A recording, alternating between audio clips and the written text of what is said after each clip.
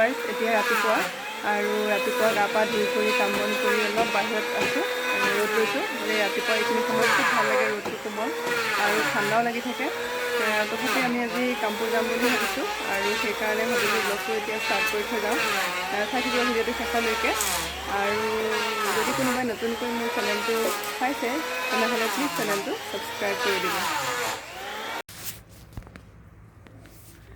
এয়া মৰল সজাইছে আৰু আচলতে আমাৰ বামুণীয়া নিয়মত পিণ্ড দিয়া হয় আৰু গতিকে এয়া পিণ্ড দিয়াৰ ব্যৱস্থা কৰা হৈছে আৰু মৰলটো পিঠাগুড়ি নহ'লে আটা দি পেলাই সজোৱা হয়।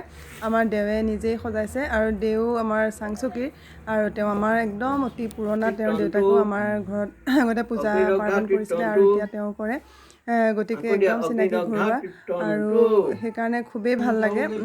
তাৰপিছত আমি সকলোৱে এনেদৰে পিণ্ড দিয়া অনুষ্ঠানৰ পিছত ৰাতি ভাত সাজ একেলগে খালোঁ আৰু তাৰপিছত গুচি আহিলোঁ।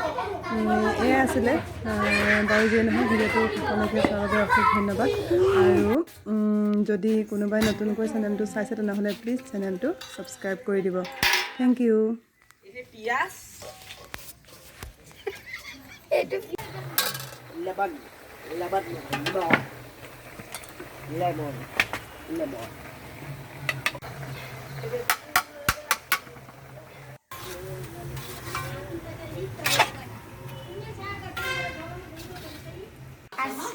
আছোঁ মোবাইল চাই আছা ন?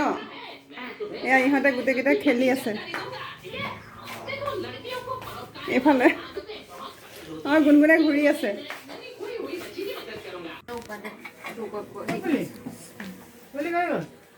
মোবাইলটো দিয়াচোন বাবাৰো নেট নাই বুলি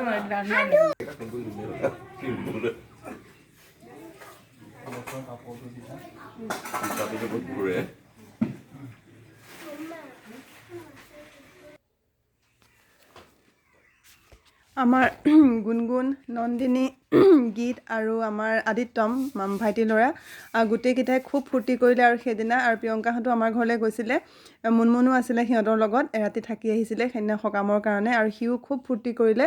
আচলতে সৰু ল'ৰা ছোৱালীবোৰ গোটেইবোৰ একেলগ হ'লে কেনেকুৱা এটা অৱস্থা হয় সেইটো আৰু বুজাই ক'ব নালাগে কাৰণ এনেকুৱা এটা খুব আচলতে সিহঁতৰ কাৰণে ভালেই লাগিছিল বাৰু গোটেইবোৰ একেলগে থাকিলে ফূৰ্তি কৰিলে।